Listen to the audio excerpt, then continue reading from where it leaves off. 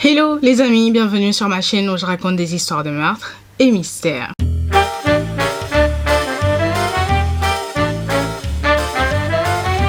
Pour les nouveaux bienvenus, je m'appelle Osnel et je suis là tous les mercredis et les samedis pour vous raconter les histoires les plus sordides, les histoires les plus what the fuck qui existent dans ce monde. Alors si tu passes par là et que mon contenu te plaît, n'hésite pas à t'abonner, à activer la cloche de notification et surtout à venir me suivre sur Instagram. Et pour les anciens, ouais, Yanos, Yama Babies, thank you, merci de faire partie de l'aventure meurtre et mystère. Alors, petit disclaimer avant de commencer, je tiens à vous rappeler que ce contenu s'adresse à un public averti. Ce contenu est déconseillé au moins de 12 ans. Alors, comme vous avez vu, du coup, dans le titre, ça trompe personne, hein, on sait tous lire ici, ok? On va parler du roi de la pop, du king de la pop, Michael Jackson. Alors, Michael Jackson, c'est mon king, moi déjà. David Bowie, c'est mon autre king. Par contre, j'arrive pas à être fan de Prince pour faire le trio, vous voyez? Je sais que Prince est un très bon artiste, mais j'arrive pas à être fan de lui. Donc bon, je suis fan de ces deux-là, en fait, qui sont absolument pas de ma génération, et j'écoute tout le temps leur musique, etc. Donc voilà, mais donc comme vous l'aurez compris, je suis très fan, du coup, de ces personnes-là, mais je suis pas une fan en mode, une fan aveugle. Je sais faire la différence entre le talent et la personne, ok? Et ça, c'est très important. Très important. Je sais pas si vous avez vu le documentaire sur R. Kelly. J'ai vu ce documentaire, j'étais en mode waouh. Sachant que j'étais pas si fan de R. Kelly que ça.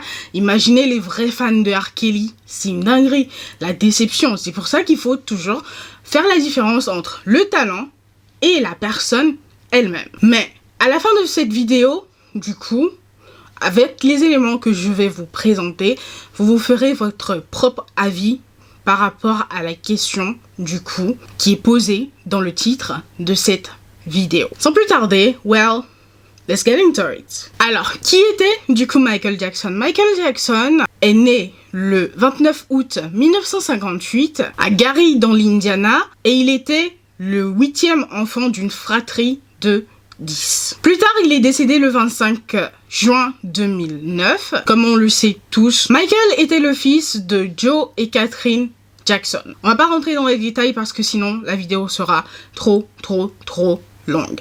Alors, faut savoir que la mère de Michael Jackson, elle était douée du coup à jouer du piano, donc elle faisait un peu de musique de son côté. Et ensuite, du coup, ils ont eu plein d'enfants, donc le père a vu en fait que certains de ses enfants avaient une sorte du talent de leur mère, du coup, mais en fait un peu plus, donc il a décidé de créer les Jackson, du coup le groupe de musique. Michael Jackson va rejoindre les Jackson 5, du coup en 1964, c'est-à-dire assez 6 ans, et ils jouaient un peu partout, en fait, leur père déjà les obligeait à répéter pratiquement tout le temps. En gros, le truc c'est que le père il s'asseyait avec sa ceinture, et il leur disait, répétition, si toi tu déraillais, c'était, you got it, right? Vous avez compris. Donc, en gros, les enfants ils étaient vraiment terrifiés par leur papa. Michael racontera plus tard que il avait tellement peur de son père que quand il savait, même en tant qu'adulte, quand il savait qu'il allait être en présence de son père, il avait ultra peur, il avait tellement peur que il vomissait. C'est une dinguerie. Mais c'est une dinguerie. Bref. Alors, les Jackson 5, voilà, leur père leur trouvait des endroits où se produire, chanter, etc. Et il les a même fait chanter dans des clubs de striptease. Un club de striptease pour ton gosse qui a 6 ans, c'est pas mon enfant, donc je ne juge pas. Je ne juge pas. Voilà. En grandissant, du coup, le père de Michael Jackson, toujours dans l'humiliation, toujours dans je vais les pousser à bout pour qu'ils fassent le meilleur d'eux-mêmes. Enfin, mais en fait, c'était complètement mal fait. Du coup, il traitait Michael de gros nez par rapport à son nez, du coup, qui était un peu gros. Enfin, moi, je trouve qu'il avait un nez normal, mais en tout cas, son père le traitait de gros nez. Et c'est quelque chose qui va créer un complexe chez Michael et qui va causer en fait toutes les transformations qu'il va avoir plus tard, que son nez va avoir plus tard. Alors, en grandissant, en grandissant, le père de Michael Jackson a commencé à constater que son fils, il grandissait et qu'il allait vers la puberté. Et qu'est-ce qui se passe à la puberté? La voix d'un garçon change, voilà. Et le problème, c'est que Michael était le cœur du groupe, les Jackson 5, sa voix c'était le cœur du groupe des Jackson 5. Donc son père a tout simplement pris la décision en fait pour empêcher que la voix de Michael Jackson change. Il a pris la décision de le castrer chimiquement. Tout ce que je vous raconte, c'est des allegedly, mais on sait que voilà, parce que une personne qui a gardé sa voix d'enfant jusqu'à 50 balais, c'est suspect. C'est un peu suspect. Mais en tout cas, voilà. Des médecins, du coup, de Michael Jackson ont raconté que son père l'avait castré chimiquement pour l'empêcher, en fait, de passer par l'étape puberté. Donc, forcément, un enfant qui grandit, qui ne traverse pas la puberté, du coup, alors qu'il continue de grandir, le problème, c'est que son corps grandit, mais il est toujours un enfant. Dans son esprit, c'est un enfant enfermé dans un corps d'adulte, malheureusement. Continuons l'histoire. Michael va raconter que plus il grandissait, plus en fait il avait cette pression en fait du public, ça c'est lui-même qui l'a dit. Il avait cette pression du public en fait qui était tout simplement que les gens le voyaient comme le petit Michael qui chante. Ok, il va raconter qu'il a eu une rencontre du coup avec une femme où il était avec ses frères et tout, je sais plus du tout où. J'ai regardé l'interview il y a très longtemps, mais il a raconté que ils étaient quelque part, ils ont croisé une fan qui a reconnu tel frère, et cette fan, elle était là en mode où est le petit Michael, et Michael, on lui a dit c'est Michael. Et quand elle a vu qu'il n'était plus petit, elle a fait oh. Même moi ça m'aurait traumatisé les gars. Ça m'aurait traumatisé. C'est violent. C'est violent. Littéralement. Donc en fait, Michael va comprendre très tôt que il fallait qu'il reste le petit Michael aux yeux du public. Et en fait, qu'est-ce qui se passe quand tu passes par l'adolescence? Donc, on fait une différence entre la puberté et l'adolescence, hein, ok? Quand tu passes par l'adolescence, tu grandis, tu prends de la masse, etc. Michael, en fait, il a compris très tôt que s'il voulait rester, en fait, le petit Michael, vraiment avec un petit corps, du coup, aux yeux du public, il fallait qu'il développe une relation compliquée avec la nourriture. Donc, Michael a développé une relation ultra compliquée avec la nourriture. C'est le fait qu'en fait, il pouvait passer même plusieurs jours sans se nourrir jusqu'à perdre connaissance. Sa mère a raconté après sa mort qu'il y avait des dimanches où toute la famille décidait d'aller se balader et de se prendre une glace par exemple. Et tout le monde était prêt à partir pour une glace parce que les enfants sont généralement contents de manger une glace. Et t'as Michael qui disait non, qu'il n'avait pas faim et qu'il n'en avait pas envie. Et sa mère va dire, quel enfant refuse une glace? Et elle va répondre elle-même, Michael Jackson, mon fils. Il ne mangeait littéralement plus rien. Alors, il a débuté en fait par le fait de manger de la nourriture hyper saine. Et après, il est passé à... Il oubliait de manger des repas. Et en fait, des fois, quand il s'énervait par rapport à comment il voyait son corps dans un miroir, il pouvait passer des semaines sans manger, jusqu'à perdre connaissance. C'est une dinguerie. C'est ce qui a fait que, en fait, son corps est resté vraiment petit. Il a grandi en taille, mais son corps est resté assez petit. Il était très fin, il était très maigre. Michael ne se nourrissait littéralement pas. Les seuls moments, en fait, où Mike... Si vous voulez, tout ce que je raconte, allez sur internet, vous allez trouver les informations. Je vous raconte pas des bêtises.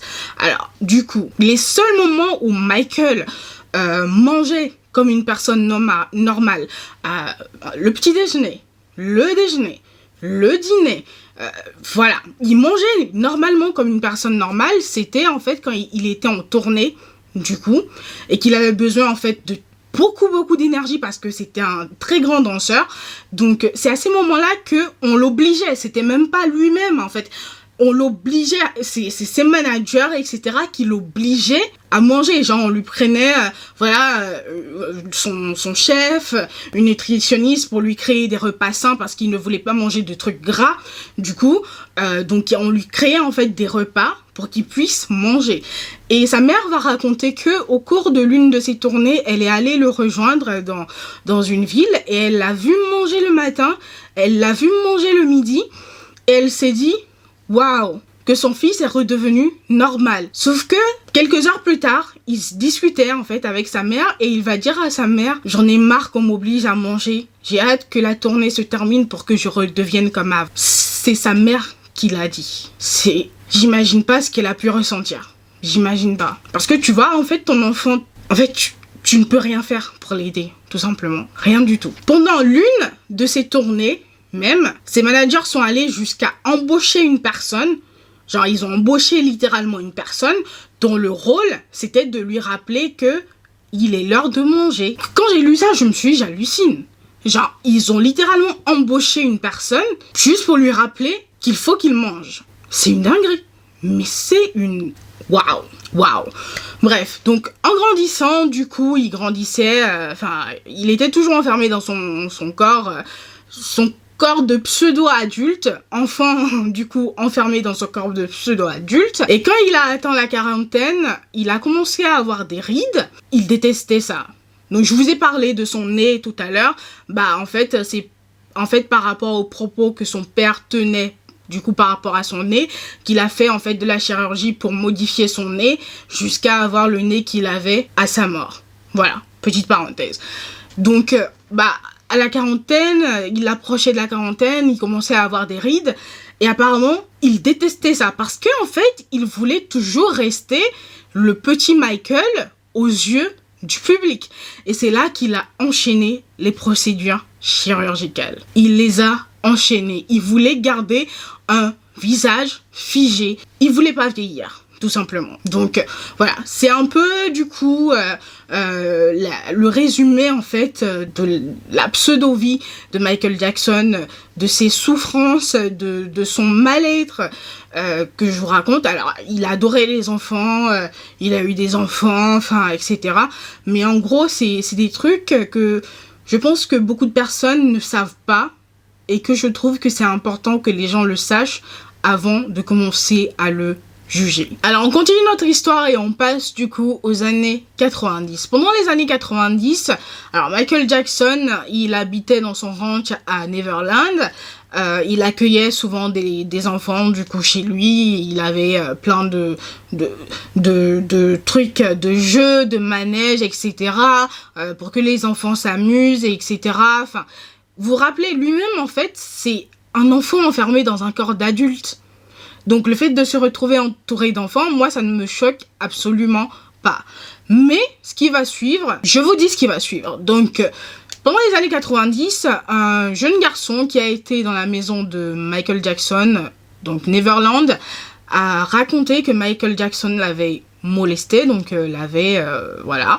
Donc ils ont porté plainte avec ses parents et ensuite voilà, pour ne pas que l'affaire aille trop loin, ils ont signé un accord tout simplement. Donc Michael Jackson a payé 25 millions de dollars aux parents de cet enfant-là pour que les charges contre lui soient abandonnées. Personnellement, je pense que c'est cette histoire-là avec ce jeune garçon-là qui est à la base de tout ce qu'il y a aujourd'hui comme rumeur ou pas rumeur sur Michael Jackson.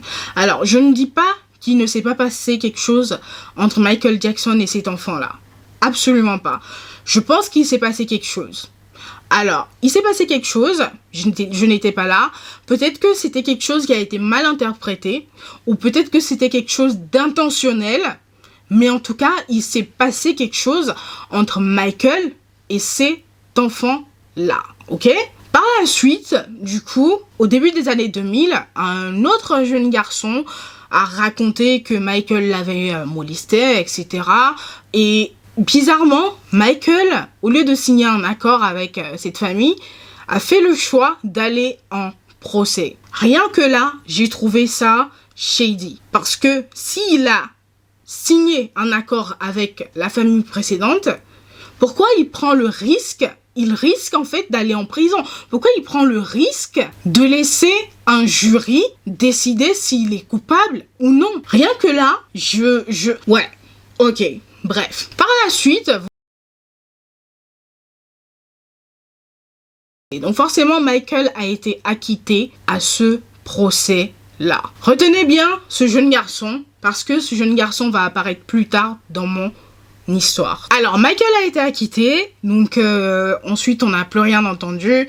Il y avait des rumeurs, pas rumeurs, blablabla, enfin des bruits qui couraient jusqu'à sa mort, du coup, le 25 juin 2009. Et après sa mort, bien des années plus tard, on commence à entendre des pseudo-victimes de Michael Jackson. Pourquoi je dis des pseudo-victimes? Pourquoi? En fait, je me demande si ils étaient vraiment des victimes, pourquoi ils ne se sont pas manifestés au moment où il y a eu un procès au début des années 2000 contre Michael Jackson par rapport à cette histoire? Pourquoi ne pas avoir dit quelque chose? Et en fait, ce qui fait que je réalise cette vidéo aujourd'hui, c'est le fait que je suis au courant qu'ils ont fait une sorte de documentaire que je trouve complètement ridicule. Pourquoi c'est ridicule? Tout simplement parce que Michael Jackson est mort aujourd'hui, ok? Il ne peut plus se défendre aujourd'hui. Il a été acquitté et il ne peut plus être déclaré ni coupable ni non coupable. Donc je trouve ça lâche de faire son procès médiatiquement parce que ils ont des raisons après. Je vais vous donner ces raisons-là. Don't worry about it. Donc il y a eu des rumeurs, blablabla, jusque, voilà, après sa mort, etc., etc. Donc, il y a ce documentaire qui est sorti récemment, du coup, où on voit des pseudo-victimes de Michael Jackson. Je dis pseudo parce que, on sait pas, j'étais pas là. J'étais pas là. Et puis, on a bien vu que le procès où Michael Jackson a été acquitté, le but de cette femme qui a demandé à son enfant de dire que Michael Jackson l'a molesté, c'était en fait d'avoir de l'argent, tout simplement, comme la famille du premier garçon qui a accusé Michael Jackson. Voilà. Enfin, donc, bref. Ce document est sorti où, voilà, on entend des pseudo-victimes, on entend ce jeune garçon-là. Vous vous rappelez, le jeune garçon qui a dit que c'est sa mère qui lui a demandé de dire que Michael l'a molesté. Aujourd'hui, il revient sur sa parole et il nous dit que, en fait, il avait menti sur son mensonge d'avant. Ça n'a aucun sens. Je vous jure. Donc aujourd'hui, cette personne qui a la quarantaine, je pense, nous dit que en fait, pendant le procès, Michael Jackson et son équipe l'a approché et lui a demandé de dire au procès que c'est sa mère à lui qui lui a demandé de dire que Michael Jackson l'avait molesté. Ça n'a aucun sens parce que quand il y a un procès, tu as interdiction, quand tu es l'accusé, tu as interdiction de rentrer en contact avec la victime. À ce moment-là, ce gosse était mineur. À quel moment Michael Jackson aurait pu être en contact avec lui sans avoir été en contact avec sa mère? À quel moment? Donc aujourd'hui, tu nous dis que tu avais menti avant, mais aujourd'hui tu ne mens plus. Donc aujourd'hui, il faut qu'on te croie, mais faut pas qu'on te croie sur ton mensonge avant. Ça n'a aucun sens. Ça n'a aucun sens. Je ne dis pas que ce n'est pas une victime de Michael Jackson.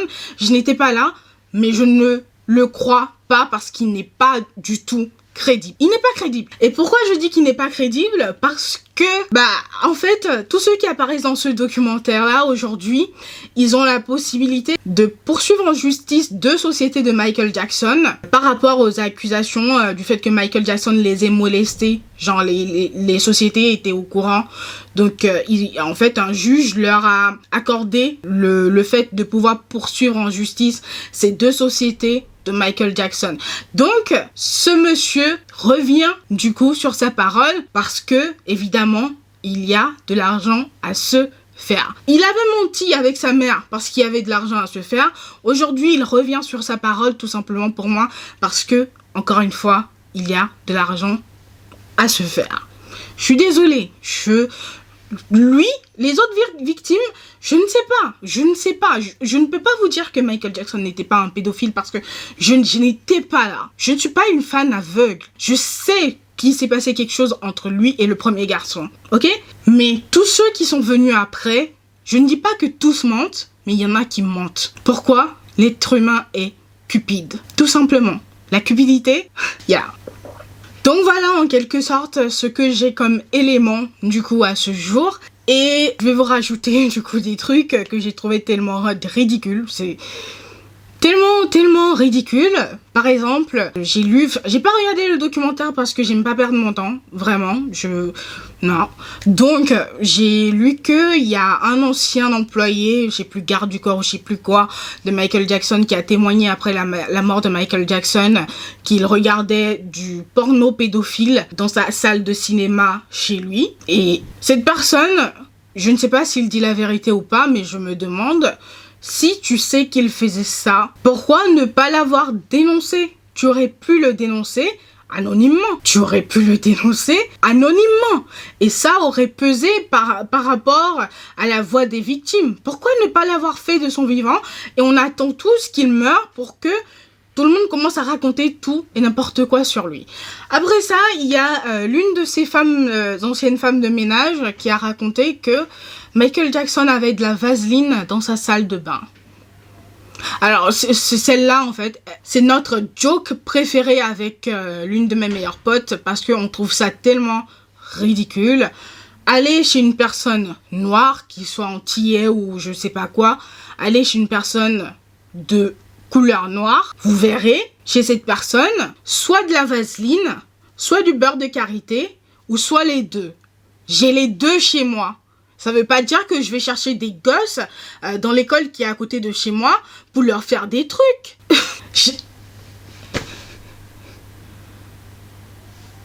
Elle a osé dire que il avait de la vaseline dans sa salle de bain. No shit, Sherlock. Il était noir. Il a peut-être décapé sa peau, mais il était noir. Like... Whatever. Bref, donc voilà un peu les éléments que j'ai aujourd'hui à vous présenter par rapport à cette histoire sur Michael Jackson qui tourmente tout le monde veut savoir, etc. Moi, je fais la différence entre le talent et la personne. Je sais que la personne a eu ses propres démons dans sa vie. La personne a beaucoup souffert. Mais en même temps, à un moment de sa vie, a fait quelque chose de mal. Mais est-ce que, en fait, le fait qu'il ait fait cette chose de mal donne le droit à certaines personnes, aujourd'hui, après sa mort, de raconter tout et n'importe quoi sur lui? Je ne dis pas que toutes ces personnes qui parlent ne sont pas des victimes de Michael Jackson. Je n'étais pas là, encore une fois. Je ne dis pas que Michael Jackson n'était pas un pédophile. Je ne le sais pas. Je viens de vous avouer que je sais qu'il y a eu quelque chose entre lui et le premier garçon. Mais en même temps, je sais au fond de moi que la plupart de ces gens qui parlent aujourd'hui ne sont pas des victimes de Michael Jackson. Il y en a qui sont victimes, peut-être, mais il y en a qui sont là parce que il y a de l'argent à se faire. Tout simplement, prenez l'exemple de ce jeune garçon qui a été jusqu'en procès avec lui, où il a été déclaré non coupable, qui revient aujourd'hui sur son mensonge pour nous dire que, en fait, avant, j'avais menti sur mon... Non, arrête. Non, stop. Tu es cupide comme ta mère, tout simplement. Celui-là, lui, de toutes les victimes qui parlent aujourd'hui, lui, je ne le crois pas. Il n'est pas crédible. Il ne l'est pas. Je suis désolée, il n'est pas crédible. Donc qu'il ait été victime de Michael ou pas, ça ne change rien parce qu'il n'est pas crédible. Et il oublie que c'est lui-même qui a avoué que c'est sa maman qui lui a demandé de dire que Michael avait abusé de lui. Donc, il y a des victimes. Je pense qu'il y a des victimes. Je pense fortement qu'il y a des victimes. Je suis fan de Michael Jackson. Je fais la différence entre le talent et la personne. Je sais qu'il y a des victimes, mais il y a des fausses victimes aussi, parmi ces gens-là. Et puis, les arguments pour l'accuser. Par exemple, j'ai lu un article où des gens ont raconté que ils ont trouvé des dossiers du FBI que le FBI avait sur Michael. J'étais en mode, le FBI. Vous pensez vraiment que le FBI, s'ils avaient la possibilité de mettre la main sur Michael Jackson, s'il était un véritable prédateur, s'ils avaient des preuves contre lui, ils n'allaient pas le faire? Le FBI qui adore être mis en lumière. Alors, ces mêmes gens-là, quand on leur demande quelle sorte de preuves, ils savent plus quoi répondre. Mais ils nous disent qu'ils ont vu.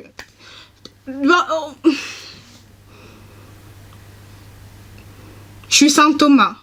Tant que j'ai pas vu, je crois pas. Je crois pas. Surtout les médias, je les crois pas. Mais en tout cas, je le dis et je le répète, je pense qu'il y a des victimes dans cette histoire.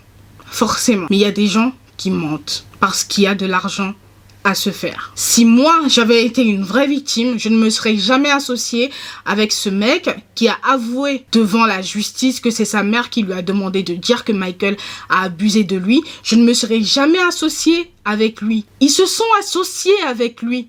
Vous voyez comment, en fait, pourquoi j'ai du mal à les croire? Vous voyez pourquoi j'ai du mal à les croire? Parce que le fait de s'associer à lui les décrédibilise tous, sans exception. Tous! Et c'est dommage. Si ils sont vraiment des victimes, c'est dommage. Parce que je pense qu'ils n'auront jamais, en fait, une once de justice. C'est dommage. Donc, bref...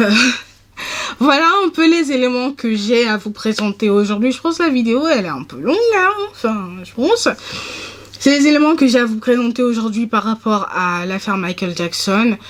Était-il un pédophile et était-il pas un pédophile? Voilà.